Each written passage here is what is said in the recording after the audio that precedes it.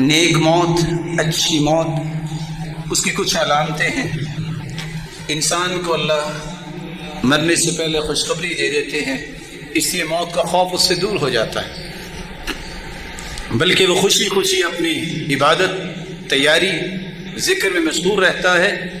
اس پہ موت کی ہلکانی ظاہر نہیں ہوتی۔ اللہ کے رسول بھی کلمہ پڑھتے پڑھتے، گفتگو کرتے کرتے، اور صحابہ کرام بھی اللہ کے پاس گئے۔ دوسری نشانی، جس کو اللہ عز وجل کلمہ نصیب کر دے، اس سے بڑا کوئی خوش نصیب نہیں۔ موت کے وقت جسے کلمہ نصیب ہو جائے، اللہ کے پیارے پیغمبر نے فرمایا یہ اچھی موت بھی ہے اور ساتھ یہ جنت بھی جائے گا۔ تیسری نشانی، موت کے وقت اس کی پیشانی پہ پسینہ آ جائے۔ موت المؤمن بعرق الجبین، یہ اس کے حسن خاتمہ کی نشانی ہے کہ اچھی موت۔ چوتھی نشانی، جمعے کے دن، یہ جمعے کی رات کو جو فوت ہوتا ہے، اللہ اسے عذاب قبر سے محفوظ فرمائیں گے، جیسا کہ جامع ترمذی کی روایت۔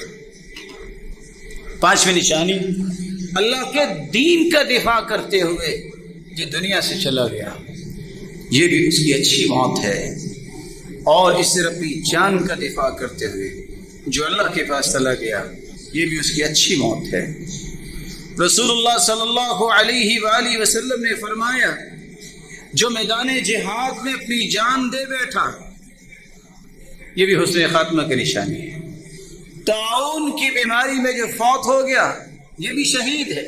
الطاعون شہادۃ لکل مسلم، صحیح بخاری کی روایت 5732، کہ جو طاعون کی بیماری میں جو ایک وبائی مرض تھی، اس سے جو فوت ہو جائے وہ شہید ہوگا۔ رسول اللہ صلی اللہ علیہ وآلہ وسلم نے فرمایا، الموت بداء البطن، پیٹ کی بیماری سے کوئی بیماری جس کا پیٹ کے ساتھ تعلق ہے اور وہ فوت ہو جائے وہ شہید ہوگا۔ المبطون شہید، صحیح بخاری کی روایت ہے۔